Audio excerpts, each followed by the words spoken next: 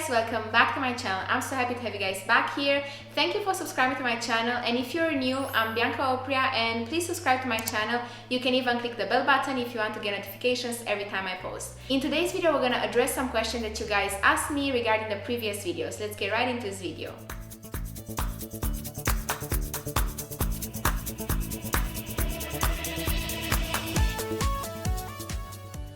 My video about Primescan, you guys had a few questions about that. If you haven't seen the video already, I'm gonna leave a link right here, and let's get into the questions. So the first question was, what do we use this software for? So we use it for making study models or individual models of the patient. We can use it also to make indirect restorations into your clinic, and there's also a special software for orthodontic treatments where you can see where your brackets can go on the teeth.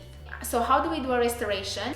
So to make a restoration, we're gonna have to prep the tooth before, and then once it's prepped, we can scan the preparation of the tooth. It's gonna make a digital impression onto the software, and then we're gonna have to design the restoration in the software, and then we can send to a milling machine such as the one behind me. We select the material that we want to use. It can be ceramic or zirconium or empress. There's a lot of materials that you can choose from. In a few minutes it will be milled, and then we can place it in the mouth of the patient. How long does it take to do a restoration? The time depends on what type of restoration we are making. If we're talking about a bridge, that will maybe take a bit longer than an inlay. A bridge can take up to 50 minutes, maybe even a little bit more. An inlay can be very quick, it can be even 6-7 minutes or 10 minutes, and veneers are also around there. So I would say between 7 and 15 minutes on an average. Another question was if we can use Primescan to do bridges. So as I said also before, yes, we can do bridges, veneers, we can do inlays, onlays, crowns. We can do a lot of things with CEREC. How can we make ceramic veneers? That's actually a question I'm gonna answer in a future video in more depth about veneers.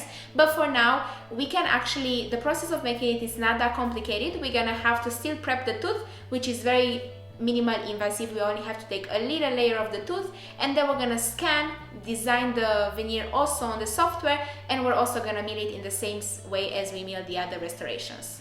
Now, regarding another video that I posted about dental photography, there were also a few questions, and one of the questions was, what camera do we use in the clinic? We actually have several types of cameras, but the one that we use mostly in the practice, it's actually a Nikon camera, a D750 with a 60mm lenses.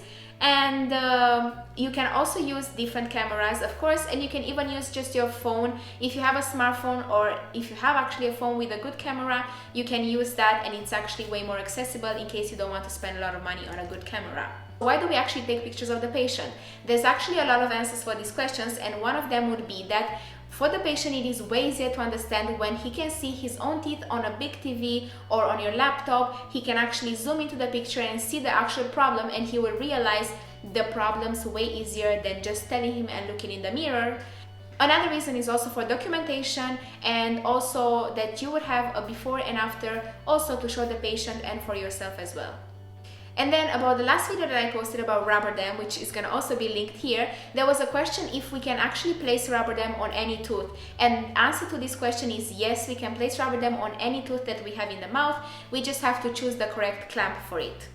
Is rubber dam comfortable for the patient? So the answer for this question is yes, it is comfortable for the patient. First of all, it's because they don't actually feel the clamp. Because of the anesthesia, the water that comes from the handpiece wouldn't accumulate into their mouth, and that is easier. And they can also withstand a longer period of time with their mouth wide open. And I was also myself a patient, and I felt way safer with the rubber dam on. And I also got a few questions that were not related to my previous videos, and one of those was, how long do we have to brush our teeth if we use an electric toothbrush? The answer for that will be 2.5 minutes. No matter what kind of toothbrush you use, the time of you brushing would still be the same. But always, guys, remember not to apply too much pressure, because too much pressure on the toothbrush can damage your gums and your teeth. So the next question was how difficult it is to prepare a cavity if it's based at the neck of the tooth in the front teeth. The answer for this is actually that it's not that complicated. It's actually a regular case, and in case you guys have this type of cavities and any type of cavities, go ahead and go to your dentist. Don't hesitate to go, because it is easier to do it sooner than later. And the last question of today was, what made me start a dental YouTube channel?